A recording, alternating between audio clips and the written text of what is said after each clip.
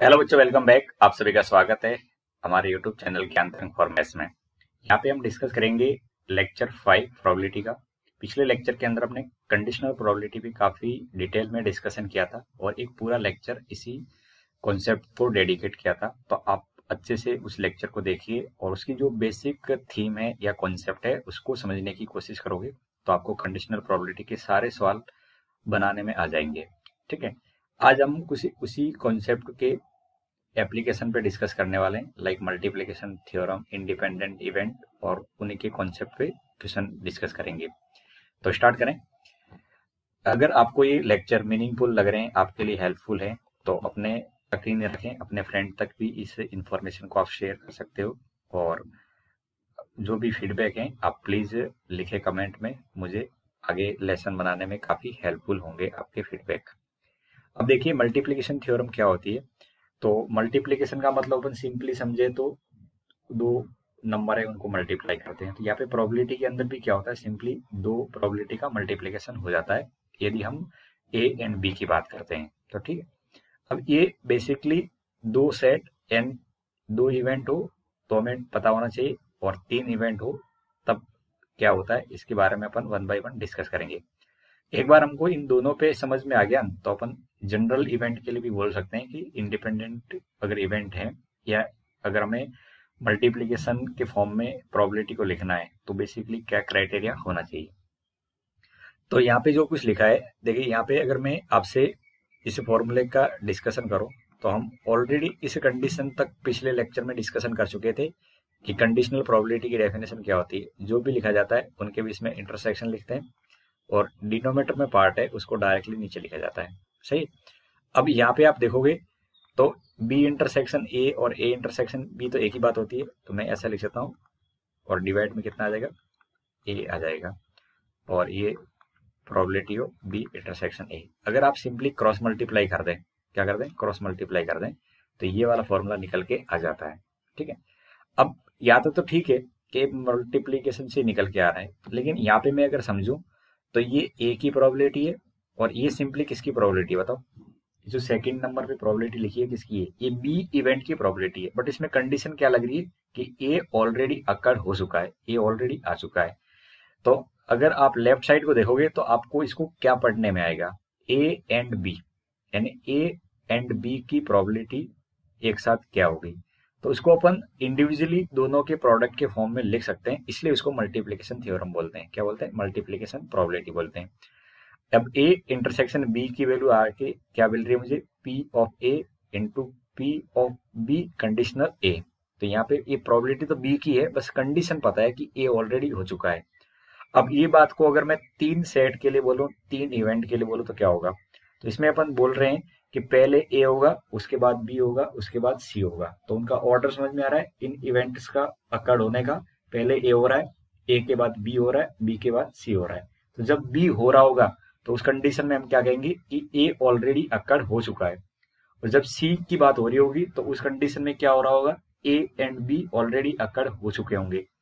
तो आपको एक साथ लिखना है A intersection B intersection C. तो उस कंडीशन में क्या लिखेंगे, पहले ए की प्रोबेबिलिटी लिखेंगे इनटू, फिर बी की प्रोबेबिलिटी आएगी, कंडीशन क्या है, ए पता है, फिर सी की प्रोबेबिलिटी आएगी और उसमें कंडीशन क्या होगी, ए एंड बी दोनों पता है। अच्छा, कभी कभी ए बी को अगर लिख लिया जाए तो उसको आपको मीनिंग ये समझना है ए इंटरसेक्शन बी। इस पॉइंट पे भी थोड़ा सा आप ध्यान दें, ये भी आपको कभी कभी जरूरत पड़ सकती है। तो अब देखिए हमारे पास में दो इवेंट हो रहे हैं, तो उनकी प्रोबेबिलिटी यानी उनका इंटरसेक्शन लेना है। तो मैं क्या कहूंगा, पहले वाले इवेंट की प्रोबेबिलिटी इंटू दूसरे वाला इवेंट। ठीक है, अगर तीन इवेंट हो रहे हैं एक साथ तो उनकी प्रोबेबिलिटी लिखनी है तो क्या लिखेंगे, ए की प्रोबेबिलिटी इंटू बी की प्रोबेबिलिटी, कंडीशन ए हो चुका है, सी की प्रोबेबिलिटी, कंडीशन ए भी दोनों हो चुके हैं। ठीक है, तो ये लिख सकते हैं। अच्छा, यहाँ पे एक पॉइंट और आपको पता होना चाहिए। ठीक है, अब वो पॉइंट क्या है कि ऐसा लिख दिया जाए कि प्रोबेबिलिटी ऑफ एटलीस्ट वन। ठीक है, एटलीस्ट वन, हमको पता नहीं कितने इवेंट हुए, लेकिन ऐसा पूछ लें कि एटलीस्ट वन, तो उसके लिए आप क्या करोगे, one minus probability of none, यानी कोई भी नहीं हो उसकी प्रोबेबिलिटी सब्ट्रैक्ट कर लेंगे। हम ये तो अच्छे से जानते हैं कि किसी भी इवेंट की बात करें तो उस इवेंट के अंदर या किसी भी हम किसी प्रॉब्लम या प्रैक्टिकल की बात करते हैं, उसके अंदर छोटे छोटे बहुत सारे इवेंट बना रखें, तो सभी इवेंट की प्रोबेबिलिटी का समेशन कितना होगा? 1 होगा। कितना होगा? 1 होगा। अब मैं उसको कैसे कैसे कह सकता हूँ कि मेरे पास में जितने इवेंट है, सपोज n इवेंट है, कितने इवेंट है? n। ठीक है, तो इसको मैं लिख सकता हूँ 0 1 2 3 डॉट डॉट n। ठीक है, कितने इवेंट है? टोटल n इवेंट है, 0 से लेके n तक। अब अगर मैं इस की बात करूं तो इसको बोलेंगे एटलीस्ट 1। क्या बोलेंगे? एटलीस्ट 1। ठीक है, 1 2 3 से लेके n तक इसको बोलेंगे एटलीस्ट 1। अब देखिए टोटल प्रोबेबिलिटी का समेशन कितना आता है? 1 आता है। कितना आता है? टोटल प्रोबेबिलिटी का समेशन कितना आता है? 1। तो मुझे अगर एटलीस्ट 1 चाहिए, क्या चाहिए? एटलीस्ट 1 चाहिए, तो किसको मैं यहाँ पे अलग छोड़ पा रहा हूँ? 0 वाले को छोड़ रहा हूँ। 0 का मतलब कोई भी नहीं हुआ हो। तो एटलीस्ट 1 की जब बात होगी तो 1 में से क्या करेंगे? प्रोबेबिलिटी ऑफ नन लिखेंगे। क्या लिखेंगे? एटलीस्ट 1 की बात करेंगे तो 1 में से प्रोबेबिलिटी ऑफ नन लिखेंगे, क्योंकि सभी की प्रोबेबिलिटी का समेशन तो कितना होता है? 1 होता है। अब आप बताओ मुझे, अगर मैं आपसे पूछूं एटलीस्ट 2 तो क्या कहोगे आप? अगर मैं आपसे पूछूं प्रोबेबिलिटी ऑफ एटलीस्ट 2, यानी कोई 2 इवेंट हो, ठीक है, तो उसके लिए क्या करेंगे? 1 में से। अब 2 की जब बात करेंगे तो कौन कौन से अगर छोड़ने पड़ेंगे? 0 और 1 छोड़ने पड़ेंगे। ठीक है, तो यहाँ पे आपको लिखना पड़ेगा probability of none minus probability of any one. ठीक है, कोई भी एक इवेंट होगा उसकी प्रोबेबिलिटी यहाँ पे रखनी पड़ेगी। तो एटलीस्ट 2 की बात करेंगे तो हमको 0 यानी कोई भी नहीं हो और एक इवेंट हो, उन दोनों की प्रोबेबिलिटी को सब्ट्रैक्ट करना पड़ेगा 1 में से। अब बताओ एटलीस्ट 1 को अगर आप सीधे तरीके से काउंट करने बैठोगे तो उसमें 1 की प्रोबेबिलिटी, 1 इवेंट होने की प्रोबेबिलिटी निकालनी पड़ेगी, 2 इवेंट होने की प्रोबेबिलिटी निकालनी पड़ेगी, 3 इवेंट की प्रोबेबिलिटी, और उन सबका समेशन करेंगे तब जाके हमें एटलीस्ट 1 मिलेगा। तो ये काफी लंबा प्रोसेस है। अब इस प्रोसेस को हम रिड्यूस कर सकते हैं। कैसे रिड्यूस करेंगे? कि हमें ये तो पता है कि ये कंप्लीट इवेंट हुआ होगा। क्या हुआ? कंप्लीट इवेंट हुआ होगा, छोटे छोटे टुकड़ों में हो रहा है, तो इस कंप्लीट इवेंट की प्रोबेबिलिटी का समेशन तो 1 होता है। ये बात हम स्टार्टिंग से जानते हैं जब प्रोबेबिलिटी की डेफिनेशन की बात आई थी। तो इसमें से मैं अगर नहीं होने की प्रोबेबिलिटी सब्ट्रैक्ट कर दूं तो ये काफी बेटर लग रहा है और काफी कम कैलकुलेशन में ये हमें आंसर दे देगा। तो आज के बाद ध्यान रखना, कभी भी आपको एटलीस्ट 1 की बात करें तो आप क्या करोगे? 1 में से नन यानी 1 में से नहीं होने की प्रोबेबिलिटी सब्ट्रैक्ट कर लेंगे। या ऐसी बात नहीं कि किसी कम से कम एक इवेंट की होने की प्रोबेबिलिटी फाइंड आउट करनी है, तो आप क्या करोगे? 1 में से किसी भी नहीं होने की प्रोबेबिलिटी को सब्ट्रैक्ट कर लेंगे। ठीक है, तो ये पॉइंट काफी इंपॉर्टेंट है आपकी कैलकुलेशन पॉइंट ऑफ व्यू से देखोगे तो, और इसके बेस्ड पे हमें बहुत सारे क्वेश्चन आगे देखने को मिलेंगे। तो एक मैंने स्पेशल पॉइंट बताया है, उस पर आप ध्यान दें। अब हमने पहला जो पॉइंट डिस्कशन किया है, इसमें 2 सेट की बात की जाए तो ए इंटरसेक्शन बी की value P of A into P conditional B, probability of B conditional A, ये फॉर्मूला है, इसको अपन ध्यान रखेंगे। बस इस पे ध्यान रखना, पहले ए हो रहा है उसके बाद बी हो रहा है, इनका ऑर्डर अकरेंस का क्या है? A then B. अब आपको अगर इंडिपेंडेंट इवेंट की बात की जा रही है, तब ये मल्टीप्लीकेशन थ्योरम यहाँ पे कुछ सिंप्लीफाई होके हमें मिलेगी, जिसको मैंने थोड़ा सा पहले 2 लेक्चर पहले डिस्कशन किया था कि यहाँ पे सिंपली प्रोबेबिलिटी का मल्टीप्लीकेशन हो जाता है।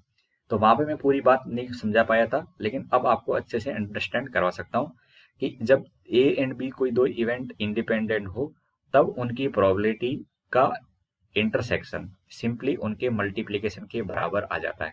क्या आता है? उनके मल्टीप्लीकेशन के बराबर आ जाता है। अब ये ऐसा क्यों होता है, इस बात को अपन बहुत ही अच्छे से अंडरस्टैंड कर सकते हैं। अब देखिए कैसे अंडरस्टैंड करेंगे, उस पॉइंट को मैं समझाने की कोशिश करता हूँ। तो पहले आपको इंडिपेंडेंट इवेंट का नाम से सुन के पता लग रहा होगा कि यहाँ पे 2 इवेंट की बात हो रही है जो इंडिपेंडेंटली अक्कर हो रहे हैं, जिसमें एक दूसरे पे कोई भी इंटरफेरेंस नहीं कर रहा है, यानी एक का अक्कर होना दूसरे पे इफेक्ट नहीं डालेगा या दूसरे का नहीं होना पहले पे इफेक्ट नहीं डालेंगे, उसको बोलते हैं इंडिपेंडेंट। तो ये तो बोलने की बात होगी, लेकिन हमें मैथमेटिकली रिजल्ट क्या पता होना चाहिए इंडिपेंडेंट के नाम से? कि उनके इंटरसेक्शन की जो प्रोबेबिलिटी होती है वो सिंपली मल्टीप्लीकेशन के बराबर आ जाती है। अब ऐसा क्यों होता है? अब ऐसा इसलिए होता है कि जब कभी बात की जाती है यहाँ पे, तो देखो अगर मेरे पास में इंडिपेंडेंट इवेंट है तो मैं यहाँ पे पिछले वाला जो केस था, तो देखो क्या था पिछले वाला केस, इसमें लिखा था हमने पी ऑफ ए और into P of conditional P. ठीक है, अच्छा इसको चाहे तो अपन ऐसे भी लिख सकते हैं, ऐसा कोई जरूरी तो नहीं है बच्चों। इसको चाहे तो अपन इसको ऐसा भी लिख सकते हैं, पहले बी हो जाए तो प्रोबेबिलिटी ऑफ बी और ए इंटरसेक्शन बी, इसको ऐसा भी लिख सकते हैं। ठीक है, ये दोनों तरीके से हो कर सकता है। बस यहाँ पे ए पहले हो रहा है देन बी हो रहा है, और सेकंड वाले केस में पहले बी हो रहा है उसके बाद ए हो रहा है, तो उनका क्रम बदल दिया। लेकिन ये दो तरीके से हम इंटरसेक्शन की कंडीशन को यहाँ पे लिख सकते हैं।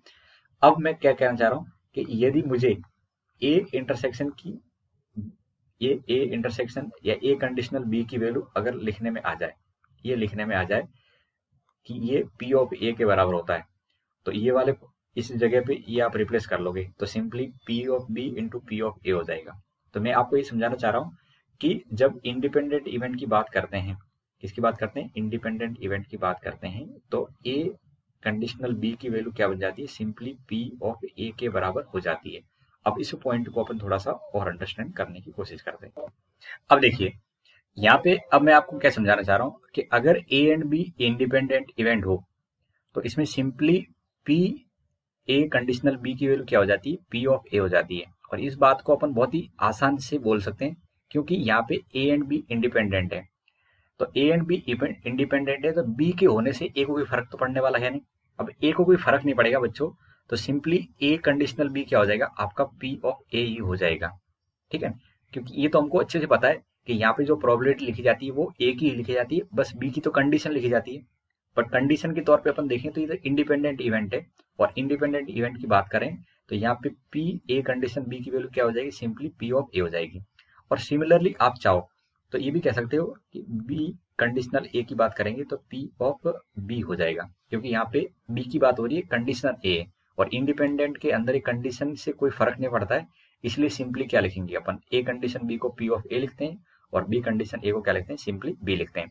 अब बताओ ये आपका जो फॉर्मूला था, ये वाला फॉर्मूला था, ये आपको यहाँ पे कैसे दिखने लग जाएगा, तो मैं यहाँ पे ये देखूंगा तो पी ए इंटरसेक्शन बी की वैल्यू बन जाएगी P of A into P of B.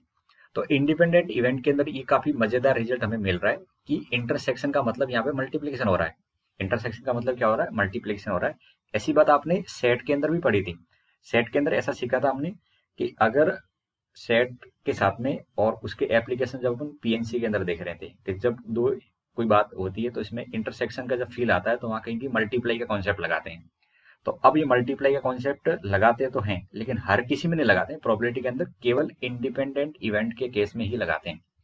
तो अगर आपको किसी क्वेश्चन के अंदर ये दो वर्ड मिल जाए कहीं पे भी कि ए एंड बी इंडिपेंडेंट है, तो इसका मैथमेटिकली क्या मीनिंग होना चाहिए कि उनका प्रोडक्ट क्या होगा, इनकी प्रोबेबिलिटी के बराबर ही होगा, ए इंटरसेक्शन बी की वैल्यू उनके प्रोडक्ट के बराबर होगी। ठीक है, तो होपफुली आपको ये पॉइंट अच्छे समझ में आ गया होगा। अब मेरे पास में अगर तीन इवेंट है, A intersection B intersection C, तो उस केस में आपको क्या करना है, इनकी सिंपल तीनों प्रोबेबिलिटी का मल्टीप्लिकेशन कर लेना है।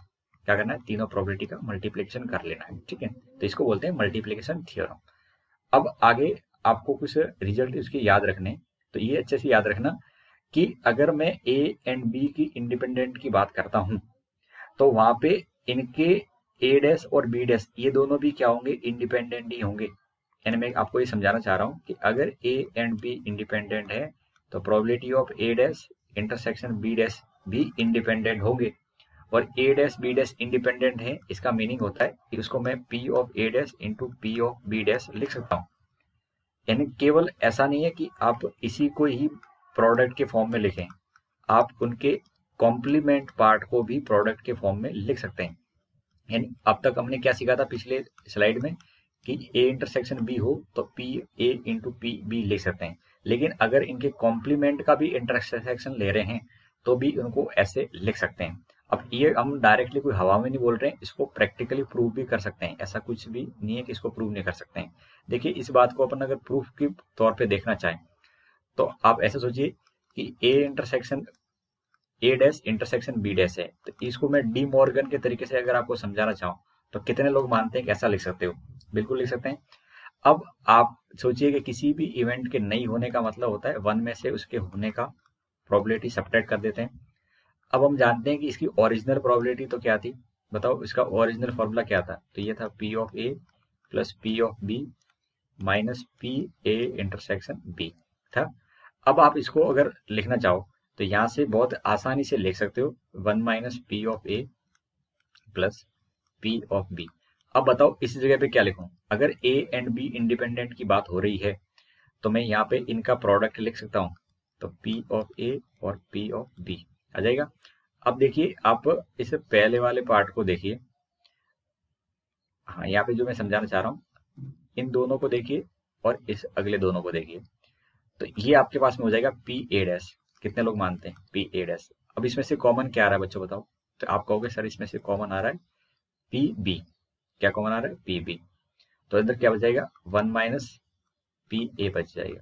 क्या बच जाएगा? 1 माइनस P A बच जाएगा। ठीक है, अब आप इससे कैलकुलेशन यहाँ पे देखेंगे तो P B कॉमन लेने के बाद 1 माइनस P A। अब आप बताओ P A डैश प्लस ये कितना हो गया? P B हो गया और ये P A डैश हो गया। लेकिन मुझे तो क्या चाहिए? दोनों के डैश या दोनों के कॉम्प्लीमेंट के फॉर्म में चाहिए। तो इस वाले पार्ट को आप यहाँ से रिप्लेस करिए। जब इस पार्ट को रिप्लेस करूंगा तो मैं क्या लिखूंगा? 1 माइनस P A डैश लिखूंगा और P A डैश सॉरी ये P B डैश आएगा। क्या आएगा बच्चों? P B डैश आएगा। ठीक है, अब आप इसको मल्टीप्लाई करोगे तो मल्टीप्लाई करेंगे तो कितना होगा? P A डैश प्लस यहाँ पे आप देखोगे तो आपके पास में क्या पार्ट निकल के आ जाएगा? ये वाली वैल्यू, हाँ यहाँ तक हमने लिखी दी थी। एक मिनट, थोड़ा सा मुझे यहाँ पे आपका टाइम चाहिए कि क्या वैल्यू आ रही है। ठीक है, तो अब देखिए यहाँ से हम ये प्रूव करना चाहेंगे कि अगर A एंड B इंडिपेंडेंट है तो उनका कॉम्प्लीमेंट भी इंडिपेंडेंट होता है। ये पॉइंट अगर आपको समझ में आ गया तो आप सोचोगे कि ये और जगह भी अप्लाई कर सकते हैं इंडिपेंडेंट का केस। तो यहाँ पे हमें 3 पॉइंट और डिस्कस करने हैं कि A एंड B के इंडिपेंडेंट होने से इनके कॉम्प्लीमेंट भी इंडिपेंडेंट होते हैं। A डैश और B ये भी इंडिपेंडेंट होंगे।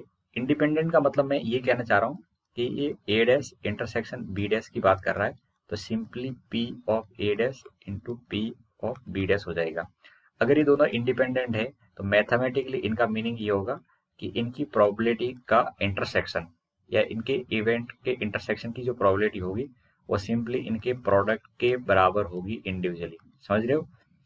और अगर ये तीसरे वाले पार्ट की बात करें तो अगर ये है तो A इंटरसेक्शन B डैश है तो आप इसको सिंपली ऐसा लिख सकते हो इंटू B डैश। अब हम ऐसा नहीं है कि डायरेक्टली कह रहे हैं और भावनाओं में बह के कह रहे हैं, इसको अपन आप प्रूव भी कर सकते हो मेरे साथ में। तो देखिए हम इस रिजल्ट को प्रूव करना चाहेंगे कि वाकई कैसा होता है क्या A dash intersection B dash की वैल्यू उनके प्रोडक्ट के फॉर्म में आ जाती है। तो हाँ बच्चों बिल्कुल आ जाती है, इस बात को अपन यहाँ पे प्रूव करना चाहेंगे। तो क्या प्रूव करना है पहले दिमाग में लेके आइए कि A dash intersection B dash की value P of A dash into P of B dash के बराबर होती है। तो हमने डी मॉर्गन रूल अच्छे से पढ़ा था, तो डी मॉर्गन रूल के अकॉर्डिंग क्या होगा? ए P A यूनियन B का डैश हो जाएगा। इतना ठीक है। और किसी यूनियन या किसी प्रोबेबिलिटी का नहीं होना का मतलब होता है उसमें से उसके होने की प्रोबेबिलिटी को सब्ट्रैक्ट कर देते हैं। तो इसको मैं ऐसा लिख सकता हूँ। अब याद करो A यूनियन B का फॉर्मूला हमने बहुत ही बेहतरीन तरीके से सबसे पहले पढ़ा था। P of A plus P of B minus P A intersection B होता है। इसमें किसी को आपत्ति? आपको नहीं है सर, कोई दिक्कत नहीं है इसमें। अब मैं यहाँ ब्रैकेट ओपन कर लेता हूँ, तो P of A minus P of B plus P A intersection B। अब याद करो अगर A एंड B इंडिपेंडेंट है तो मैं A इंटरसेक्शन B की जगह तो क्या डाल सकता हूँ? तो आप कहोगे इसकी जगह उनका प्रोडक्ट लिख सकते हैं। तो क्या लिख सकते हैं इसकी जगह? इनका प्रोडक्ट, तो P A into P B। अब आप इनमें से अगर चाहो तो कॉमन निकालिए। तो बच्चों देखो ये तो खुद अपने आप में क्या हो रहा है? ये वाला पार्ट खुद अपने आप में P A डैश हो रहा है। अब इस वाले पार्ट में देखेंगे तो P B कॉमन आ रहा है और 1 माइनस P A हो जाएगा। अच्छा P A डैश माइनस, अच्छा P B की जगह मैं 1 माइनस P B डैश रख सकता हूँ। बताओ, क्योंकि मुझे तो दोनों की कॉम्प्लीमेंट में प्रोबेबिलिटी का फॉर्मूला चाहिए और ये कितना हो जाएगा? P A डैश हो जाएगा। राइट, अब आप इनके ब्रैकेट को ओपन कर दो, आपके सामने बिल्कुल ही आंसर प्रकट हो जाएगा जैसा हम डिमांड कर रहे थे। तो P A डैश और माइनस माइनस प्लस हो जाएगा, तो यहाँ पे P A dash into P B dash निकल के आ रहा है। ये दोनों कैंसिल आउट हो गए। तो फाइनली देखिए हमारे पास में ये क्या निकल के आ गया? P A dash into P B dash. यानी केवल A और B इंडिपेंडेंट नहीं होते, उनके कॉम्प्लीमेंट भी इंडिपेंडेंट होते हैं। दोनों एक साथ भी लिख सकते हो, एक सीधा सेट लिखें, एक का कॉम्प्लीमेंट रखें, ये बाकी दो भी इंडिपेंडेंट होते हैं, इस पॉइंट को आप ध्यान रखें। इंडिपेंडेंट का मतलब प्रोबेबिलिटी का सिंपल मल्टीप्लीकेशन। अब आप इनके बेस पे कुछ क्वेश्चन देखो। तो ये क्वेश्चन है जो 8 जनवरी को ही पूछा गया था, ठीक है। अब 8 जनवरी को पूछा गया है, 2020 का क्वेश्चन है, तो देख सकते हैं ये कितना एग्जाम पॉइंट ऑफ व्यू से इंपॉर्टेंट बन जाता है आपकी जेईई एग्जाम के लिए, ठीक है। तो यहाँ पे आपके सामने जो ऑप्शन है वो 4 ऑप्शन है, 2 कंडीशन, 2 प्रोबेबिलिटी दे रखी है और साथ में बोला है कि ए एंड बी इंडिपेंडेंट है। तो जब आप सॉल्यूशन करो तो सबसे पहले इंडिपेंडेंट का नाम सुनते ही ये इंटरसेक्शन वाला पार्ट निकाल दिया करो। तो इंटरसेक्शन वाला पार्ट निकालेंगे तो कितना आएगा, P A into P B आएगा, और ये वाली वैल्यू कितनी आ जाएगी, 1/3 इंटू 1/6, तो ये 1/18 आ जाएगा। तो ए इंटरसेक्शन बी, और उनको पता है आगे कहीं की जरूरत इसकी तो पढ़ने वाली है ए यूनियन बी की। तो बताओ ए यूनियन बी का ओरिजिनल फॉर्मूला क्या होता है, तो आपको P A P P minus P A intersection B.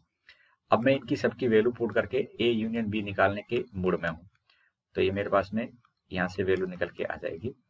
अब इसको सिंप्लीफाई करेंगे तो 18 नीचे रखेगा, तो यहाँ पे 6 3 माइनस 1 8/18, तो 4/9 कितना आ जाएगा, 4/9 आ जाएगा यहाँ पे ए यूनियन बी की वैल्यू, राइट।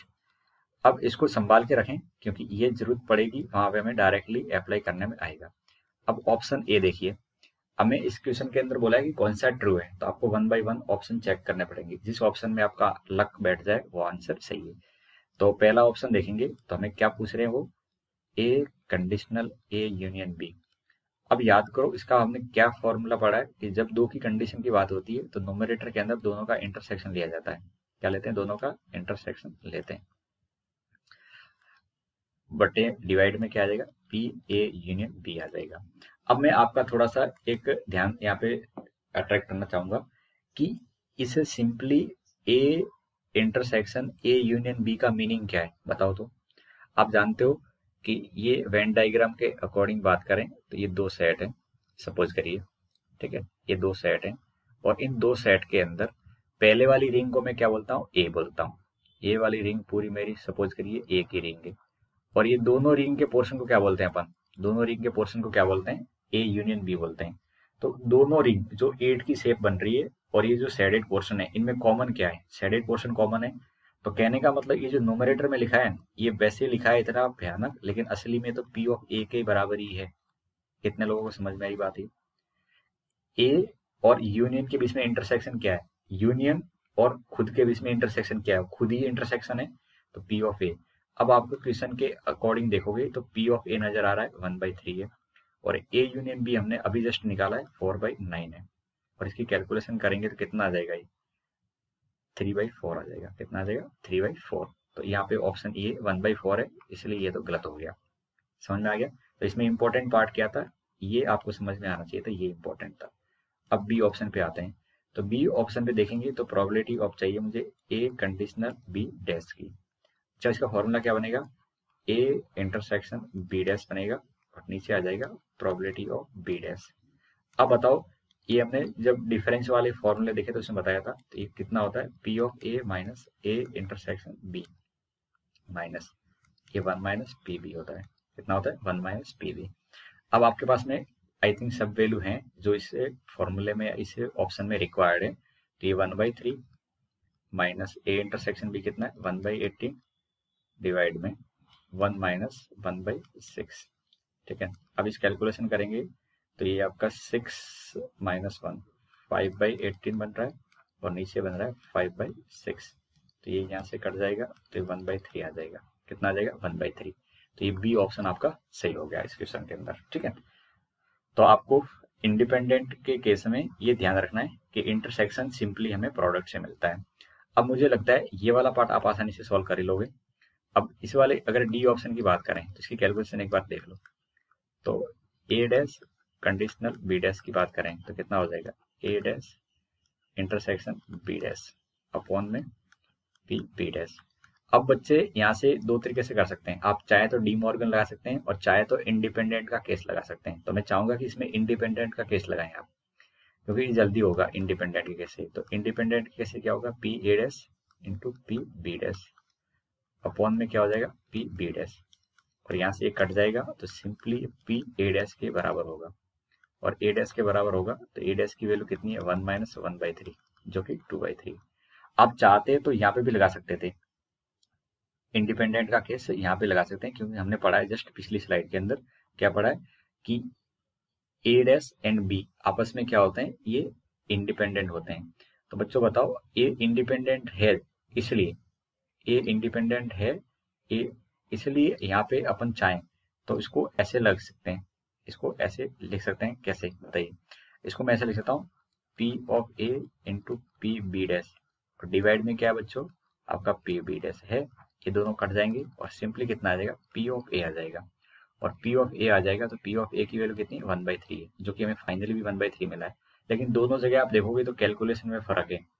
तो अगर इंडिपेंडेंट है तो आपको इसी तरीके से करना चाहिए क्वेश्चन, और इंडिपेंडेंट का कुछ भी आपको इंफॉर्मेशन नहीं है तो फिर आप इस तरीके से सॉल्व करते हैं। ठीक है, आपको ये कब लगाना है, ये मेथड कब लगाना है, जब इंडिपेंडेंट नहीं हो, और इंडिपेंडेंट हो तो सिंपली प्रोडक्ट रूल यहाँ पे अप्लाई कर लिया करो। आई थिंक ये बात आपको अब इंफॉर्मेशन कन्वे होगी। चले आगे।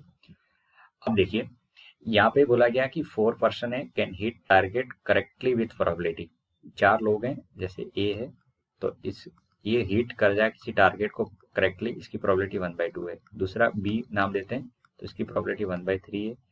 तीसरा पर्सन सी मान रहे हैं तो इसकी प्रोबेबिलिटी 1/4 है। और चौथा डी मान रहे हैं तो इसकी प्रोबेबिलिटी 1/8 है। अब ये क्या कर रहे हैं, बारी बारी से किसी टारगेट को हिट करने की कोशिश कर रहे हैं। तो अब बोल रहे हैं और वो इंडिपेंडेंट है, ये लाइन बोलिए इंडिपेंडेंटली हिट कर रहे हैं, then probability target will be hit. तो टारगेट वुड बी हिट, कितने लोग मानते हैं टारगेट वुड बी हिट का मतलब पूछा जा रहा है आपको A union B union C union D से, ये तो पूछ रहे हैं। अच्छा, इसको अपन ऐसा लिख सकते हैं प्रोबेबिलिटी ऑफ एटलीस्ट 1। कितने लोग सहमत है मेरी बात से? टारगेट वुड बी हिट तो उसको बोलेंगे तो A union B union C union D, इसका मतलब है एटलीस्ट 1। और आपको ध्यान हो तो मैंने स्टार्टिंग में क्या बताया था, एटलीस्ट 1 की बात करें, क्या करें, एटलीस्ट 1 की बात करें तो प्रोबेबिलिटी ऑफ नन लिखेंगे। क्या लिखेंगे? प्रोबेबिलिटी ऑफ नन, यानी कोई भी हिट नहीं करें। अब कोई भी हिट नहीं करें तो इसका मतलब हो गया probability of A dash intersection B dash intersection C dash intersection D dash. ये समझ में आ रहा है? ऐसा लिख सकते हो आप। अब हमें यहाँ पे A union B union C union D का ऐसा फॉर्मूला याद नहीं किया हुआ है। 3 के लिए तो हमने याद कर रखा है, A union B union C के लिए, लेकिन 4 का आप फॉर्मूला बनाने जाओगे तो बहुत लंबा बन जाएगा। तो हमको आगे जाने के पीछे पीछे जाने वाला केस सोचना है, और पीछे जाने का मतलब 1 में से कुछ सब्ट्रैक्ट करना है। अब बताओ इंडिपेंडेंट है या नहीं? अब आप कहोगे हाँ इंडिपेंडेंट तो दे रखा है, तो सिंपली इनका प्रोडक्ट हो जाएगा। तो ये इंटरसेक्शन की जगह क्या आ जाएगा, प्रोडक्ट आ जाएगा। अब प्रोडक्ट आ जाएगा तो आपको क्या करनी, इनकी सबकी प्रोबेबिलिटी यहाँ पे लिखनी है।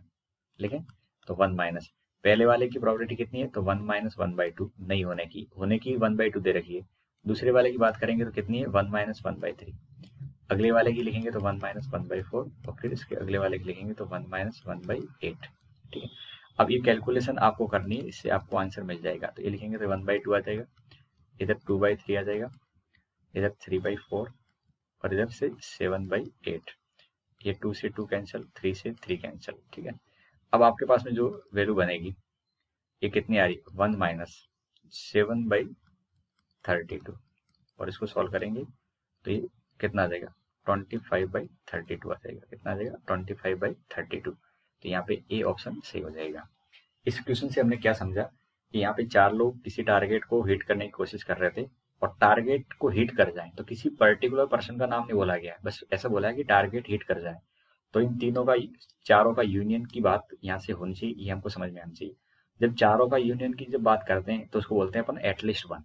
क्या बोलते हैं, एटलीस्ट 1। और एटलीस्ट 1 वाले केस को हमने क्या समझा था, 1 माइनस नन। नन का मतलब कोई भी टारगेट हिट नहीं करें। ठीक है, तो कोई भी टारगेट हिट नहीं करें तो इसका मतलब उसके ऊपर कॉम्प्लीमेंट वाला केस लगा देंगे, और फिर एक एक करके उनका प्रोडक्ट में लिख देंगे। ठीक है, अब आगे बढ़ेंगे और कुछ और क्वेश्चन देखते हैं। अब यहाँ पे देखोगे तो यहाँ पे भी 2 इवेंट की बात कर रही है, और probability that exactly one of them occurs. ठीक है, तो ये क्वेश्चन रैंडम क्वेश्चन है। ठीक है, इसका इंडिपेंडेंट से कोई लेना देना नहीं है, ये रैंडम क्वेश्चन है। थोड़ा सा आपको पिछले वाला पार्ट भी समझ में आ जाए।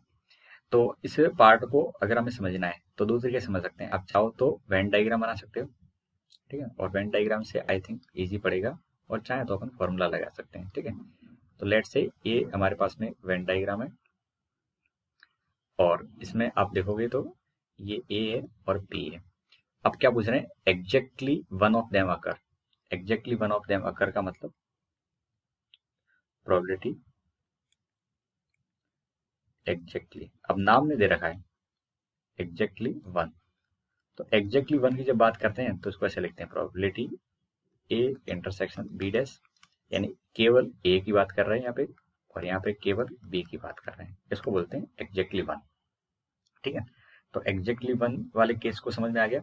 या तो मैं इस वाले पार्ट की बात कर रहा हूँ जिसको बोलते हैं अपन ओनली ए, या इस वाले पार्ट की बात कर रहे हो आप। ठीक है, तो आप जब पहले वाला पोर्शन लिखेंगे तो इसमें एक तरह से क्या कर रहे हैं, ये बीच का पोर्शन छोड़ रहे हैं, ये बीच का पोर्शन छोड़ रहे हैं। ठीक है, तो मैं एग्जैक्टली वन को इस तरीके से फॉर्मेट या लिखना चाहूंगा, तो आप यहाँ से देखोगे तो ये ऑप्शन तो आपको दिख रहा है। अब इस बात को अगर आप और तरीके से सोचना जाओ तो यूनियन में से कौन सा पार्ट छोड़ रहे हैं, इंटरसेक्शन छोड़ रहे हैं, तो इसको आप चाहो तो ऐसा लिख सकते हो A union B minus A intersection B, यानी इसको ऐसा भी लिख सकते हैं बिल्कुल। तो ये हमारा सी ऑप्शन भी सही हो जाएगा, यानी मल्टीपल चॉइस क्वेश्चन था, मोर देन वन करेक्ट है इसके आंसर में। ठीक, इसको ऐसा भी लिख सकते हैं। ठीक है, अब देखिए हम जानते हैं कि ए यूनियन बी का खुद का एक फॉर्मूला होता है। ए यूनियन बी का क्या होता है, फॉर्मूला होता है, क्या होता है, P of A plus P of B minus P A intersection B, ये खुद का फॉर्मूला होता है और पीछे कितना है माइनस ए इंटरसेक्शन बी। तो जिसको सॉल्व करेंगे तो P of A plus P of B minus 2 time P A intersection B निकल के आ जाएगा। ठीक है, तो ये भी आपको ए ऑप्शन में दिख रहा है, ये ए ऑप्शन में दिख रहा है, तो ए ऑप्शन भी आपका सही हो जाएगा। ठीक है, तो यहाँ से आप एक बना सकते हो, इसको चाहे तो ऐसे लिख सकते हो और इसको चाहे तो अपन ऐसे लिख सकते हैं। इन्हें तीन तरीके से एक ही बात को अपन रिप्रेजेंट कर सकते हैं। अब आप देखेंगे आगे तो हमारे पास में ये डी ऑप्शन है, क्या ये सही है या नहीं, इसको चेक करते हैं। तो देखिए यहाँ तक तो अपन आ चुके हैं। अब मैं चाहूँ कि इसको इंडिपेंडेंटली सॉल्व कर दूँ, इस वाले पार्ट को इंडिपेंडेंटली सॉल्व करते हैं। ठीक है ना, यहाँ पे तो देखिए पी ए डैश की जगह क्या रख सकता हूँ मैं, वन माइनस पी ऑफ ए रख सकता हूँ, पी बी डैश की जगह क्या रख सकते हैं, वन माइनस पी बी रख सकते हैं, राइट। और ये वाला पार्ट लिखा है वो ट्रू पी क्या लिख सकते हैं, जस्ट थोड़ा सा वेट करें, ये हाँ इसको लिख सकते हैं two probability of A union B का डैश, डी मॉर्गन से लिख सकते हैं। अब इसको तो आप रहने दीजिए P of A plus one minus P of B से। अब ये 2 टाइम लिखा है, इसको क्या लिखूं मैं, ए यूनियन बी का डैश, तो इसको लिख सकते हैं one minus P A union B, ऐसा लिख सकते हैं। ठीक है, इसके आगे 2 लग रहा है वो अलग बात है। अब इनके ब्रैकेट ओपन करो और मैं यहाँ पे केवल और केवल क्या चाहूंगा, मैं केवल और केवल ये चाहूंगा कि इनके ब्रैकेट ओपन करें तो इसमें ए यूनियन बी का फॉर्मूला लगा दें। ठीक है, ए यूनियन बी का, तो माइनस 2 और ये प्लस 2 ए यूनियन बी आ रहा है। ठीक है, ये नंबर तो कट जाएंगे। अब आप फॉर्मूला लगाओगे तो ये वाला पार्ट पहले लिखते हैं, ये वाला पार्ट पहले लिखते हैं, तो कितना होगा 2 P of A plus 2 P of B minus 2 A intersection B और माइनस पी ऑफ ए और माइनस पी ऑफ बी। ठीक है, ये वाले पार्ट को यहाँ पे लिखा है। ठीक है, अब यहाँ से देखोगे तो ये पी ऑफ ए यहाँ से ये एक बार कट जाएगा, पी ऑफ बी यहाँ से एक बार कट जाएगा।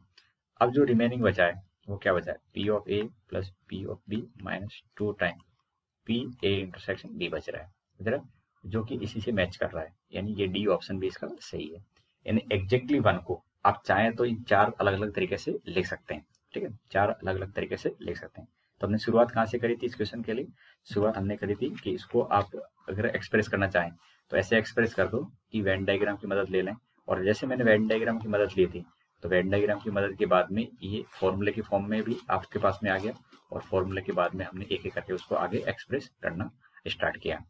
तो एक तरह से आप क्वेश्चन को देखोगे तो इसके अंदर अलग अलग फॉर्मूले दिख रहे हैं, जो कि आप किसी बुक के अंदर देखोगे तो एक फॉर्मूला भी हो सकता है एग्जैक्टली वन का, लेकिन मैं फिर कहूंगा कि आप इनको फॉर्मूले की याद करने की बजाय इनको कॉन्सेप्ट के तौर पे याद करें कि हाँ मैं अपनी तरफ से वेन डायग्राम की मदद से बना सकता हूँ।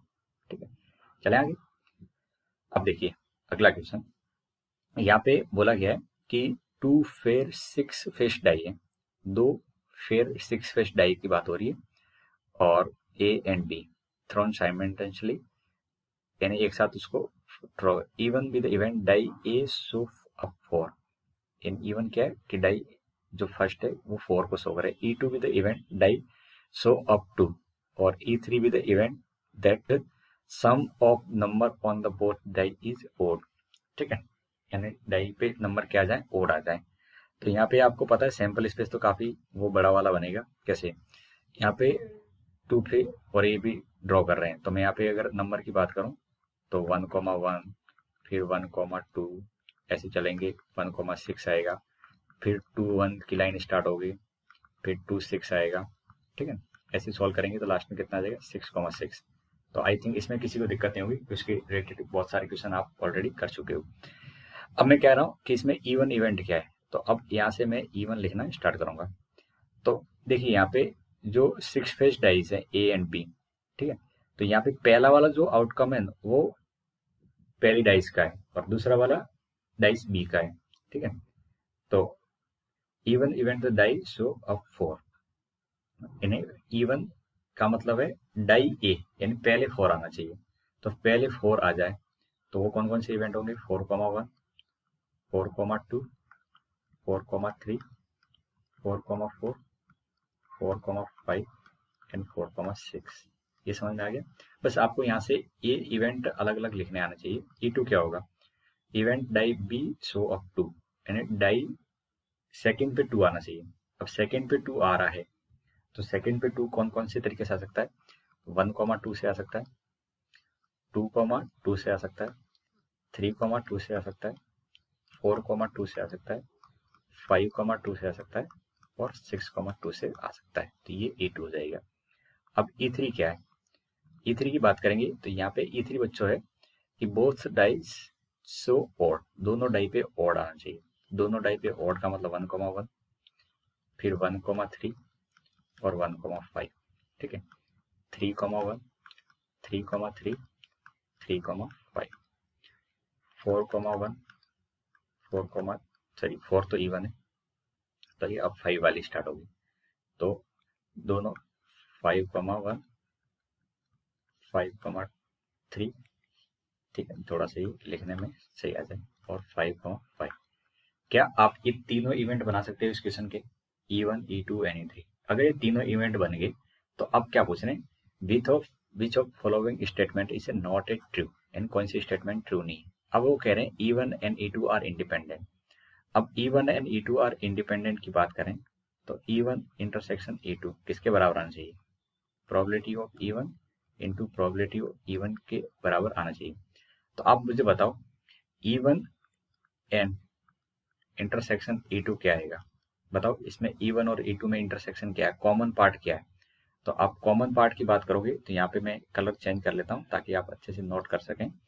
तो E1 और E2 में इंटरसेक्शन है 4,2, इधर भी है, और 4,2 यहाँ पे भी है। और कोई है क्या, और बच्चों कुछ भी इवेंट दोनों में कॉमन नहीं है। तो ये 4,2 एंड ऐसा एक ही इवेंट है, ऐसा एक ही इवेंट है। तो E1 इंटरसेक्शन E2 यहाँ से देखेंगे तो कितना आएगा, 1/36 आ जाएगा, क्योंकि एक इवेंट है और टोटल कितने 36 है। अब प्रोबेबिलिटी ऑफ E1 क्या आएगा, E1 में कितने इवेंट है, 1 2 3 4 5 और 6, टोटल 6 इवेंट है। ठीक है, और टोटल 36 है। E2 में भी कितने इवेंट है, 6 है, और टोटल कितने 36 है। तो ये कितना आ जाएगा, 1/36। तो दोनों साइड ट्रू है या नहीं, दोनों साइड ट्रू है। तो E1 एंड E2 तो इंडिपेंडेंट है, लेकिन क्वेश्चन में पूछा है कि ट्रू नहीं है, जो गलत है।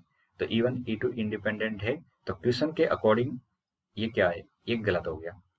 E1 E2 इंडिपेंडेंट है, लेकिन क्वेश्चन वाला पूछ रहा है कि गलत कौन सा ऑप्शन सही नहीं है, तो ये सही है। अब आते हैं यहाँ पे अगले में देखेंगे तो E2 और E3 की बात करें। अब बताओ मुझे probability of E2 intersection E3। तो अब आपके पास में क्या आना चाहिए, E2 का जो प्रोबेबिलिटी खुद का है और E3 का खुद का प्रोबेबिलिटी है, उनका प्रोडक्ट निकल के आना चाहिए। तो यहाँ पे मैं फिर कहूंगा कि आपको E1 या E2 इंटरसेक्शन E3 पहले ढूंढना पड़ेगा।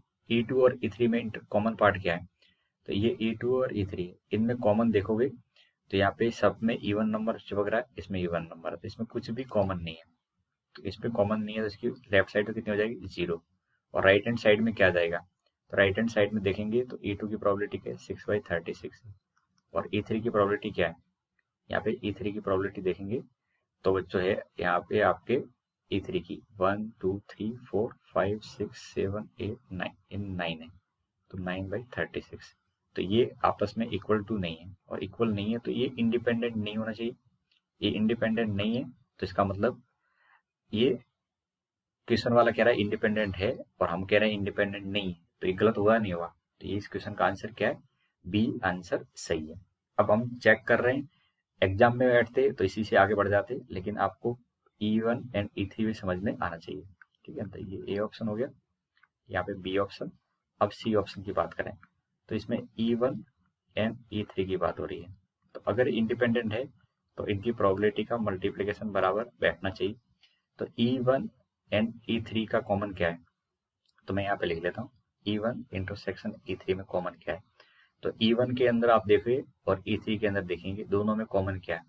E1 में इवन नंबर कहीं कहीं दिख ही रहा है, और E3 में इवन नंबर कहीं पे भी नहीं है, इसका मतलब ये भी 5 है। और ये अगर 5 है, क्या है 5 है, तो क्या कहेंगे, ये वाली साइड तो कितनी हो जाएगी 0, और इस साइड में कुछ ना कुछ तो नंबर आएगा, तो इसका मतलब ये वाला भी क्या है, सही है, ट्रू नहीं है। मतलब ये कह रहे हैं इंडिपेंडेंट है, हम कह रहे हैं नहीं है इंडिपेंडेंट, तो ट्रू हो गया। अब E1 E2 और E3 की बात करें, किसकी बात करें, E1 E2 और E3 की। तो E1 intersection E2 intersection E3, इनका मल्टीप्लिकेशन करेंगे तो इंडिविजुअली E1 E2 और E3, ठीक है। अब देखिए इन तीनों का कॉमन एक साथ लेंगे, तो आप देखिए E1 E2 और E3 दिख रहे हैं। अब इन तीनों में अगर कॉमन लेने की बात करें तो तीनों में कॉमन कौन सा दिख रहा है आपको बताओ। तो मुझे तो तीनों में कुछ भी कॉमन नहीं दिख रहा है, क्योंकि यहाँ पे तीसरे में बोथ पे ऑड की बात हुई है, बोथ डाई पे किसकी बात हुई है, ऑड, और बाकी में कहीं कहीं डाई सो अप टू और 4, तो यहाँ पे कहीं की इवन नंबर है, तो इधर भी क्या आ जाएगा, 0 आ जाएगा, क्या आ जाएगा, 0 आ जाएगा लेफ्ट साइड। अब राइट साइड से जो भी आए उससे कोई फर्क नहीं पड़ता है, राइट साइड की वैल्यू लेफ्ट साइड के बराबर तो बनने वाली है नहीं, इसका मतलब ये भी सही है, ठीक है। तो एक कह रहे हैं E2 और E3 इंडिपेंडेंट है, हम कहेंगे नहीं है। E1 और E3 इंडिपेंडेंट है, नहीं है। E1 E2 और E3 तीनों एक साथ इंडिपेंडेंट है, नहीं है। तो आपका केवल पहला ऑप्शन इंडिपेंडेंट था, अब उन्होंने बोला है नॉट ट्रू। अगर ट्रू की बात करते तो ए ऑप्शन सही होता है, नॉट ट्रू की बात कर रहे हैं इसलिए B C and D option सही है, ठीक है। तो ये IIT का सवाल है, एडवांस में पूछा गया था। अब यहाँ पे आते हैं, और ये JEE 2019 का क्वेश्चन है बच्चों, सेम ऐसा ही क्वेश्चन JEE एडवांस में पहले पूछा था, और इसी की कॉपी करके JEE मेंस वालों ने क्वेश्चन बना के पूछ दिया है। अब इस क्वेश्चन के अंदर क्या बोला गया, E and F are independent, ठीक है। तो मैं यहाँ पे लिख सकता हूँ E इंटरसेक्शन F की वैल्यू क्या होगी, P of E into P of F के बराबर हो जाएगी, ठीक है।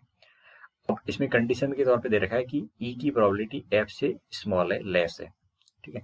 Probability that the both event happen, ठीक है, probability that both event happen, बताओ प्रोबेबिलिटी ऑफ बोथ कितना दे रखा है, क्वेश्चन के अकॉर्डिंग दे रखा है 1/12, लेकिन हमारी भाषा के अनुसार ये कितना होगा, बोथ का मतलब होता है E इंटरसेक्शन F, तो कितना दे रखा है 1/12, और E इंटरसेक्शन F को अभी हमने क्या पढ़ा कि इसको प्रोडक्ट के फॉर्म में ले सकते हैं, तो 1/12, ये हमारे पास में एक इक्वेशन आ गई, ठीक है। हमको ऑप्शन से पता है कि इंडिविजुअली हमें प्रोबेबिलिटी फाइंड आउट करनी है, क्या करनी है, इंडिविजुअली प्रोबेबिलिटी फाइंड आउट करनी है। तो आप ऑप्शन चेक करने मत बैठ जाना, क्योंकि सभी के अंदर प्रोडक्ट आप देखोगे तो देखो ये तो वैसे ही गलत हो गया, 1/12 इसका तो आ ही नहीं रहा है, और यहाँ पे भी इसका भी नहीं आ रहा है। अब यहाँ पे देखेंगे तो कितना आ रहा है, तो कितने गरीब ऑप्शन बनाए, ये सही हो सकता है। यहाँ पे ऑप्शन पे देखेंगे तो प्रोडक्ट जिसका 12 आ रहा है, ठीक है, जिसका प्रोडक्ट 12 आ रहा है वही आंसर सही हो सकता है। डी ऑप्शन का प्रोडक्ट 12 आ रहा है, बाकी किसी का भी प्रोडक्ट 12 नहीं आ रहा है, तो आपने ये भी क्वेश्चन के ऐसी तैसी कर दी, लेकिन हमें प्रैक्टिकली मतलब पूरा अच्छे से सॉल्व करना आना चाहिए। अब लास्ट लाइन देखो, इसमें क्या दे रखा है, probability of neither E nor F, यानी ये कहना चाह रहे हैं प्रोबेबिलिटी ऑफ नाइदर E यानी डैश, इस लाइन को यहाँ पे लिख रहा हूँ मैं, ठीक है, नाइदर E नॉर F, ये वाली कितनी दे रखी है 1/2 दे रखी है, ठीक है। यहाँ पे ये प्रोबेबिलिटी आपको देखनी चाहिए कि 1/2 है। अब बच्चों बताओ कि इसको अपन डी मॉर्गन की मदद से देखें तो क्या लिख सकते हैं, और का मतलब यूनियन होगा, यहाँ पे नाइदर ई नॉर एफ, तो ये इस पार्ट को कैसे अपन पकड़ेंगे। अब देखो यहाँ पे ये नॉर लिखा है, तो इस नॉर का मीनिंग हमें अच्छे से पता होना चाहिए। तो आज के बाद बच्चों याद रखना, कभी भी ऐसा लिखा मिल जाए, जो मैं लिख रहा हूँ यहाँ पे प्रोबेबिलिटी ऑफ, यहाँ पे बी ए नॉर बी ऐसा लिख जाए, ठीक है, neither A neither E nor be, यानी नाइदर, तो इसमें डैश लगाएंगे। तो इसको मैथमेटिकली कैसे लिखते हैं, तो मैथमेटिकली बच्चों लिखते हैं ए डैश इंटरसेक्शन बी डैश लिखते हैं। यहाँ पे गलती से यूनियन मत लिख लेना, इस बात का विशेष ध्यान रखें। तो यहाँ पे E dash intersection F dash equal to 1/2 आएगा, ठीक है। ये बात अगर आपको समझ में आती है तो इसको डी मॉर्गन से कैसे लिखेंगे, तो बच्चों आपको भी डी मॉर्गन से लिखेंगे, तो ये यूनियन एफ इक्वल टू 1/2 आ जाएगा। अब किसी का नहीं होना का मतलब 1 में से उसी का सब्ट्रैक्ट करते हैं, तो ये 1/2 आ जाएगा।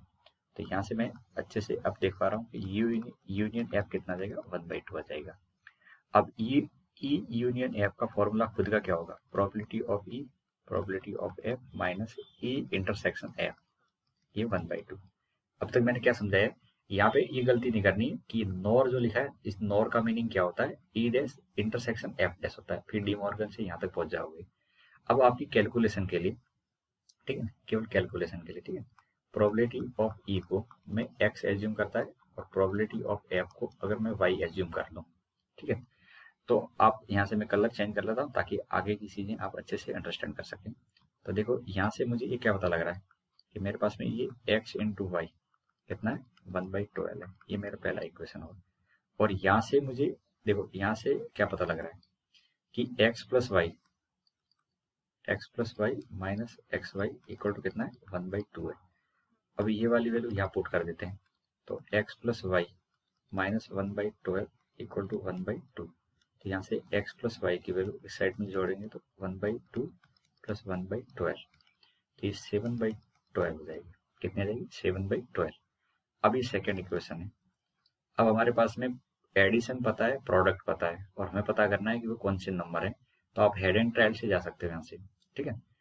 तो ये solve equation first and second और फर्स्ट इक्वेशन सॉल्व करनी है, और हमें यहाँ से क्या निकालना है एक्स और वाई इंडिविजुअली।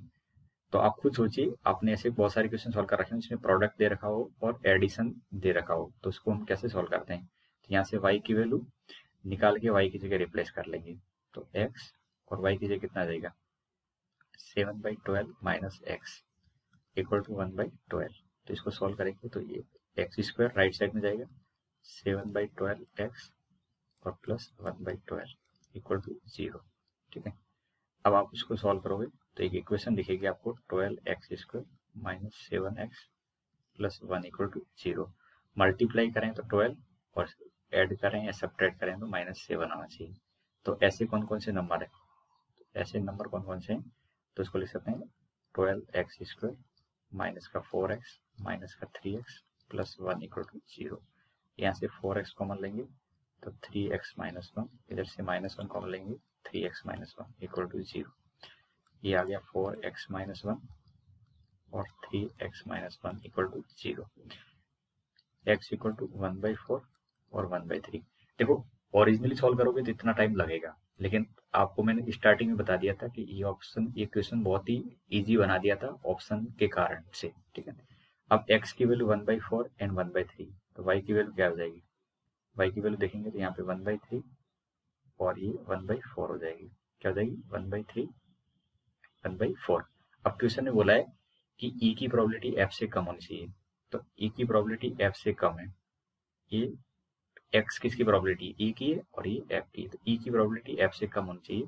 तो ये पहला वाला केस ही यहाँ पे रिजेक्ट होगा, ये रिजेक्ट हो जाएगा, ठीक है। तो ये आपके पास में ओरिजिनली हमने पूरी परफेक्ट कैलकुलेशन के बाद में पता कर लिया।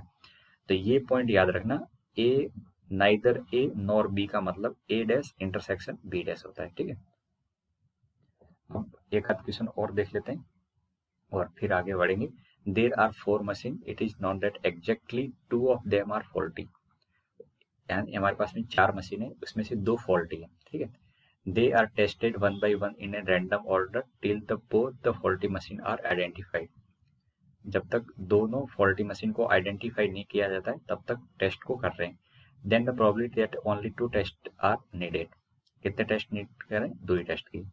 तो यहाँ पे 2 टेस्ट के, ओनली 2 टेस्ट की बात हो रही है, 2 टेस्ट नीडेड। ठीक, तो इसको ऐसे करते हैं। अब 2 टेस्ट की बात हो रही है और इसमें से हमें टोटल कितनी मशीन दे रखी है? 4 मशीन है। ठीक है, 4 मशीन है। एग्जैक्टली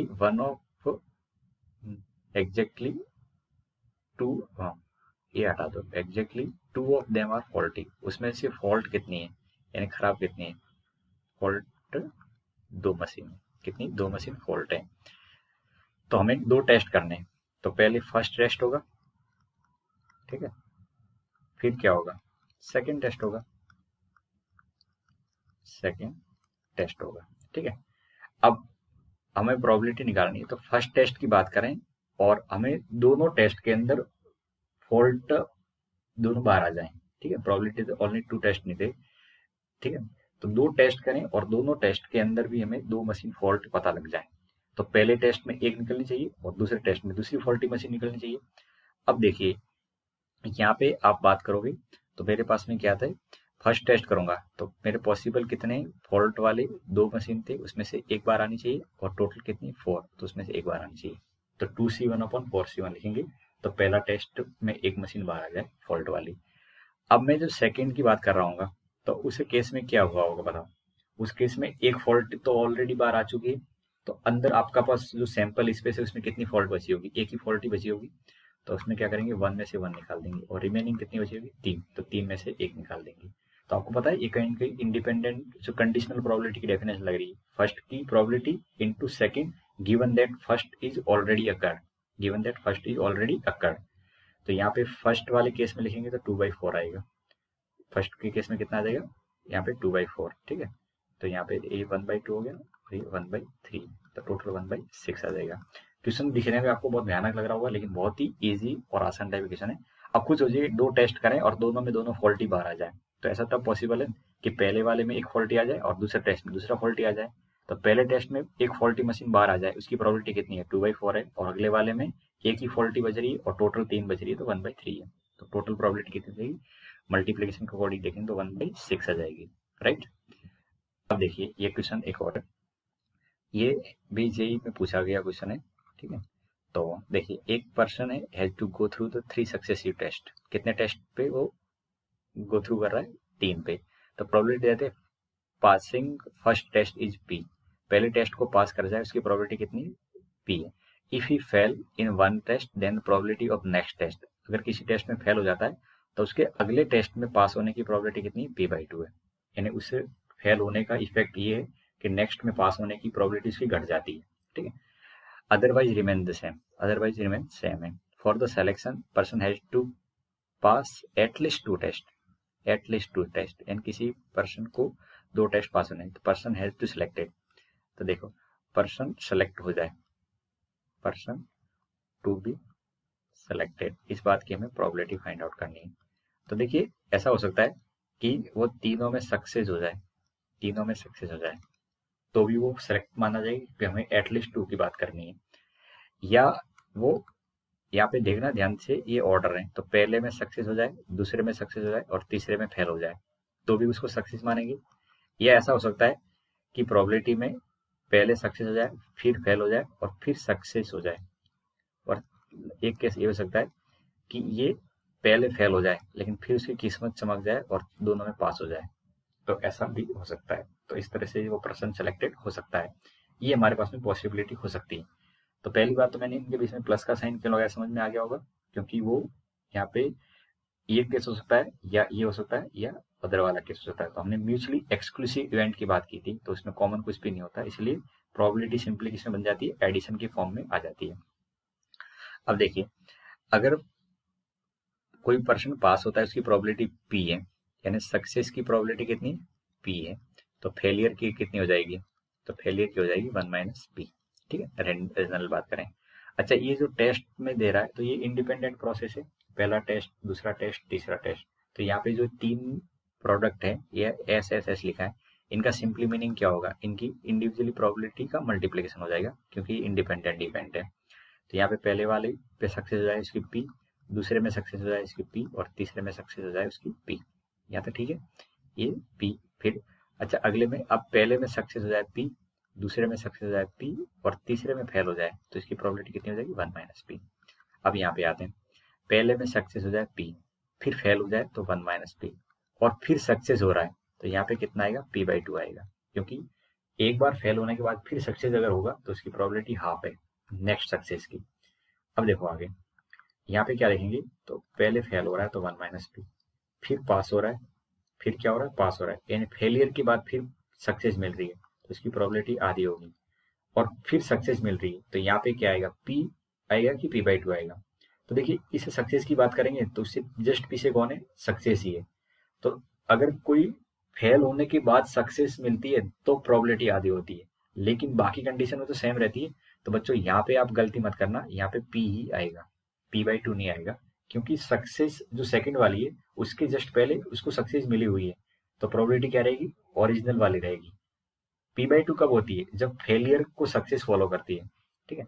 तो ये कंडीशन अगर आपको लिखने में आ गई है तो यहाँ पे लिखेंगे तो p3, ये कितना हो जाएगा, p² माइनस p3, यहाँ पे देखेंगे तो कितना होगा, p² माइनस p3।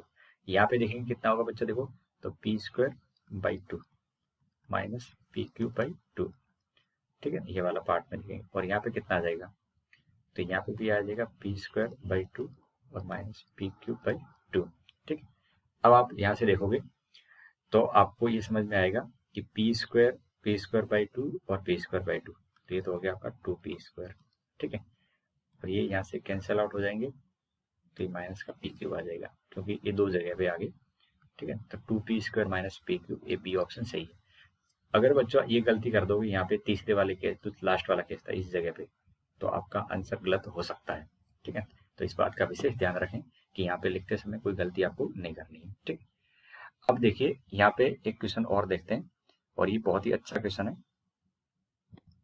अब देखो यहाँ पे इस क्वेश्चन के अंदर एक कोई ऑथर है, वो right a good book with probability of 1/2, यानी गुड बुक की लिखने की प्रोबेबिलिटी कितना है, p गुड, ये 1/2 है। तो इसी प्रकार बैड बुक की बात करेंगे तो कितना हो जाएगा, गुड लिखने की 1/2 है तो बैड कितनी हो जाएगी, 1/2, की टोटल तो 1 ही होती है प्रोबेबिलिटी, तो गुड और बैड मिला के 1 हो जाएगा, तो बैड बुक की 1/2। इफ गुड बुक है तो पब्लिश होने की प्रोबेबिलिटी कितनी है, 2/3 है, यानी गुड बुक उसने लिखी है तो उसके बाद उसके पब्लिश होने की प्रोबेबिलिटी कितनी है, 2/3 है। तो पब्लिश नहीं होने की प्रोबेबिलिटी कितनी हो जाएगी, 1/3, यानी गुड बुक के पब्लिश हो, यानी यहाँ पे मैं लिखूँ गुड बुक, ठीक है, तो उसके पब्लिश होने की प्रोबेबिलिटी कितनी है, 2/3, और नॉट पब्लिश NP कितना हो जाएगा, 1/3। अगर बैड बुक है तो बैड बुक के पब्लिश होने की प्रोबेबिलिटी कितनी है, इफ इज पब्लिश 1/4 है, ठीक है, और इसके नहीं पब्लिश होने की प्रोबेबिलिटी कितनी हो जाएगी, 3/4। ये छोटा छोटा हमने कुछ यहाँ पे देख लिया। अब देखिए यहाँ पे क्या पूछ रहे हैं, probability of at least 1 book published, probability of at least 1। अब देखिए एटलीस्ट 1 वाला केस आ गया तो हम क्या करेंगे, 1 माइनस एटलीस्ट 1 की बात आए तो 1 माइनस नो बुक पब्लिश, हम बोलेंगे कोई भी बुक पब्लिश नहीं हो, पब्लिश, तो एटलीस्ट 1 पब्लिश हो, तो उसका उल्टा कैसे निकालते हैं अपन, 1 में से कोई भी पब्लिश नहीं हो, ऐसा लिखते हैं, ठीक है। अब देखिए वो कितनी बुक लिख रहा है, 2 बुक लिख रहा है, कितनी बुक लिख रहा है, 2 बुक लिख रहा है, तो यहाँ पे दोनों की दोनों पब्लिश नहीं हो, उसकी प्रोबेबिलिटी क्या है, ठीक है। तो मैं यहाँ पे पहले ये लिखूंगा कि उसने, सपोज करिए कि यहाँ पे जब प्रोबेबिलिटी लिखेंगे नो बुक पब्लिश, तो हम यहाँ पे कहेंगे कि उसने अच्छी बुक लिखी हो, और वो पब्लिश नहीं हो, तो अच्छी बुक के पब्लिश नहीं होने की प्रोबेबिलिटी कितनी है, 1/3, यानी अच्छी बुक लिखी हो वो पब्लिश नहीं हो तो 1/3, ठीक है, ये 1/3। या ऐसा भी हो सकता है कि उसने एक बुक लिखी हो और वो बैड वाली लिखी हो, क्या लिखी हो, वो बैड वाली लिखी हो, और वो पब्लिश नहीं हो, वो क्या हो, पब्लिश नहीं हो, तो उसकी प्रोबेबिलिटी कितनी होगी, उसने बैड वाली लिखी हो और वही पब्लिश नहीं हो, तो इसकी प्रोबेबिलिटी कितनी है, 3/4 है, इन बैड बुक लिखे और वो पब्लिश नहीं हो, उसकी प्रोबेबिलिटी 3/4। यानी ये जो हमने लिखा है वो एक बुक के लिए लिखा है, यानी अच्छी बुक लिखी हो और वो पब्लिश नहीं हो 1/3, तो टोटल अच्छी बुक का पब्लिश नहीं होना 1/6 है। बैड वाली लिखी हो एक और वो पब्लिश नहीं हो तो 1/2 इंटू 3/4। और ऐसी उसने बुक कितनी लिखी है, 2 लिखी है, तो इसके लिए ऊपर स्क्वायर लगा देंगे। तो ऊपर स्क्वायर क्यों लगाया समझ में आया, क्योंकि उसने 2 बुक लिखी है, तो पहली वाली की जो कंडीशन होगी वही दूसरी बुक के साथ कंडीशन होगी।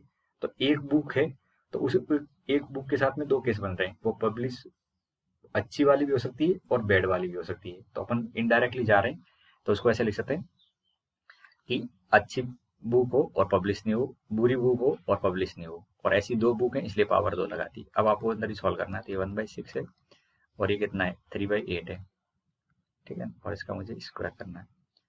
तो आप यहाँ से लिखोगे तो कैलकुलेशन करेंगे तो 24 हो रहा है नीचे, तो ये 4 और ये कितना आ जाएगा 9, तो 30, तो 13/24 ये सॉल्व करेंगे तो 169 और ये 576, और इसको कैलकुलेशन करेंगे तो 407 और 576 आ जाएगा। इसको अपन डायरेक्टली भी कर सकते थे, डायरेक्टली करेंगे तो काफी लेंथी पड़ जाएगा, ये बात आपको अच्छे से पता होनी चाहिए। जब कभी कोई क्वेश्चन डायरेक्टली किया जाता है तो एटलीस्ट 1 लेंगे, तो फिर 1 बुक नहीं पब्लिश हो प्लस दोनों बुक पब्लिश हो, ठीक है, 1 बुक पब्लिश नहीं हो प्लस 2 बुक पब्लिश नहीं हो। अब 1 बुक पब्लिश नहीं हो तो ऐसा भी होगा कि गुड वाली पब्लिश हो और बैड वाली नहीं हो, प्लस गुड वाली नहीं हो और बैड वाली हो जाए, तो उसके खुद के 2 केस बन जाएंगे, ठीक है। तो इस तरह से आप इनडायरेक्टली सोचोगे तो जल्दी हो जाएगा। एटलीस्ट 1 पब्लिश का मतलब 1 में से कोई बुक पब्लिश नहीं हो, और 1 में से कोई पब्लिश नहीं हो तो एक बुक है उसके 2 ऑप्शन है, गुड भी हो सकती है और बैड भी हो सकती है, इसलिए यहाँ पे बीच में प्लस साइन लगा दिया। 2 ऑप्शन है और जब ऑप्शन की बात होती है तो बीच में प्लस साइन लगाया जाता है, ठीक है। अब मैं आपको ये होमवर्क में क्वेश्चन दे रहा हूँ, आप अपनी तरफ से इसको ट्राई करना।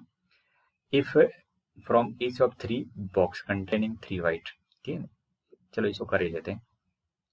3 बॉक्स है, B1 बॉक्स है, ठीक है, इसके अंदर क्या है 3 वाइट है, तो 3 वाइट 1 और 1 ब्लैक है, तो एक B1, ये पहला बॉक्स है तो इसलिए ब्लैक लिख दिया। अच्छा ऐसे B2 बॉक्स है, ठीक है, इसको कैपिटल में लिखना ताकि कंफ्यूज नहीं हो, B1 बॉक्स। अच्छा B2 बॉक्स की क्या खासियत है, B2 बॉक्स के अंदर 2 वाइट है तो वो सेकंड अलग टाइप की वाइट है, ठीक है। फ्रॉम 3 बॉक्स कंटेनिंग, तो इसमें यहाँ पे लिखोगे तो इसके अंदर 2 वाइट है तो मैं इसको 2 वाइट 2 बोलूंगा, और इसके अंदर 2 ब्लैक है तो 2 B2 बोलूंगा, क्या बोलूंगा B2। ऐसे तीसरा बॉक्स है, तीसरे बॉक्स के अंदर क्या है, first box containing 3 white 1 black, second 2 white और 2 ब्लैक है, और तीसरे अंदर क्या है 1 ब्लैक वाइट और 3 ब्लैक है, तो एक वाइट है तो इसको मैं वाइट 3 बोलूंगा क्योंकि तीसरा बॉक्स है, और 3 ब्लैक है तो 3 B3 बोलेंगे, ठीक है। अब 1 ball is drawn at random, एक बॉल अपन रैंडमली ड्रॉ करते हैं, प्रोबेबिलिटी दैट द, ठीक है, तो 2 वाइट एंड तो 3 बॉल, इसमें ध्यान दो, इसमें ये इसको करेक्ट कर लेते हैं, 3 बॉल है, ठीक है, अब जाके सही होगा question. 3 ball are drawn at random then probability that the 2 white and 1 black ball is drawn, तो हमारे पास में क्या प्रोबेबिलिटी होनी चाहिए कि हमने तो 2 तो व्हाइट निकाली है और 1 ब्लैक निकाली है, ठीक है। तो यहाँ पे क्या किसकी प्रोबेबिलिटी पूछ रहे हैं, probability of 2 white and 1 black. अब बताओ जब भी एंड लगता है तो इससे मल्टीप्लाई लगता है। अब ऐसा नहीं बोला है कि 2 व्हाइट कहाँ से होनी चाहिए, 2 व्हाइट आनी चाहिए और 1 ब्लैक आनी चाहिए, तो ऐसे लिख सकते हो आप कि व्हाइट 1 हो जाए, व्हाइट दूसरे में से आ जाए और तीसरे से ब्लैक आ जाए, तो ऐसा भी हो सकता है। या एक ऐसा केस हो सकता है, ऑप्शन के तौर पे देख रहे हैं तो दूसरा केस ये हो सकता है कि हाँ तीसरे में से ब्लैक आ जाए, ये ऐसा हो सकता है कि पहले में से व्हाइट आ जाए, दूसरे में से ब्लैक आ जाए और तीसरे में से व्हाइट आ जाए। या ऐसा हो सकता है कि पहले में से व्हाइट ब्लैक आ जाए, पहले में से क्या आ जाए ब्लैक आ जाए, दूसरे में से व्हाइट आ जाए और तीसरे में से व्हाइट आ जाए। ये समझ में आया भाई, आपको 3 बॉल निकालनी और 3 बॉक्स हैं, तो आप पहले में से व्हाइट निकाल लो, दूसरे में से व्हाइट निकाल दो और तीसरे में से ब्लैक निकाल दो, तो इससे आपको 2 व्हाइट और 1 ब्लैक मिल जाएगी। लेकिन इसमें ये तो इंपॉर्टेंट बन गया कि आप व्हाइट किस में से निकाल रहे हो, तो मैं कह रहा हूँ व्हाइट आप निकाल रहे हो पहले वाले में से बस, दूसरी व्हाइट निकाल रहे हैं दूसरे वाले बॉक्स में से, और तीसरी वाली ब्लैक निकाल रहे हैं तीसरे वाले बॉक्स में से, तो ये समझ में आ गया, ठीक है। अब ये इन्फॉर्मेशन से आप मिस गाइड हो जाओगे, तो मैं ऐसे लिख देता हूँ, इसके अंदर 3 व्हाइट और 1 ब्लैक है, ठीक है। इसके अंदर क्या है यहाँ पे देखेंगे तो 2 वाइट एंड 2 ब्लैक है, और इसमें क्या है, इसमें देखेंगे तो 1 वाइट एंड 3 ब्लैक है। अब ठीक है, अब कन्फ्यूजन नहीं होगा कोई, ठीक है नाम में। अब देखिए, अब आप यहाँ पे क्या लिख रहे हो कि पहले में से वाइट आनी चाहिए, तो पहले में वाइट कितनी है 3, और टोटल कितनी है 4, तो 3c1 इंटू 4c1 होगा। अब दूसरे में से भी वाइट आनी चाहिए, तो दूसरे में वाइट 2 है, तो 2 में से 1 आएगी, टोटल 4 है, तो 4 में से 1, ठीक है। तीसरे में ब्लैक कितनी है, तो तीसरे में ब्लैक 3 है, तो 3 में से 1 आ जाए, और टोटल 4 है, 4 में से 1 आ जाए। ये समझ में आ रहा है, ये 3c1 अपन 4c1 लिखा है, बिल्कुल समझ गए होंगे। अगले वाले में लिखेंगे तो वाइट 1 आनी चाहिए, पहले में से वाइट आनी चाहिए, तो 3c1 अपॉन 4c1। दूसरे में से ब्लैक आनी चाहिए, तो एक ही है, तो 1c1 और 4c1। और तीसरे में से वाइट आनी चाहिए, तो तीसरे में वाइट 1 है, तो 1c1 और 4c1 प्लस। अब पहले में से ब्लैक आनी चाहिए, तो एक ही ब्लैक है, एक में से एक निकालेंगे, टोटल 4 है, तो 4c1। दूसरे में से वाइट आनी चाहिए, तो 2 वाइट है, तो 2c1 और 4c1। तीसरे में से एक ब्लैक आनी चाहिए, वाइट आनी चाहिए, तो तीसरे में वाइट कितनी है, 1 है, तो 1c1 और 4c1। अब इस कैलकुलेशन को देखेंगे तो ऊपर वाला पार्ट कितना हो रहा है, 3 इंटू 2 6 इंटू 3।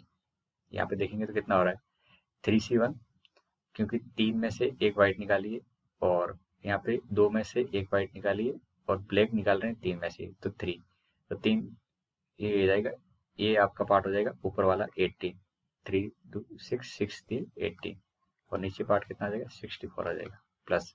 अगले वाले में पार्ट लिखेंगे तो 3/64, अगले वाले में लिखेंगे तो 2/64 हो जाएगा। कितना हो जाएगा 2/4 4 और 4, ठीक है।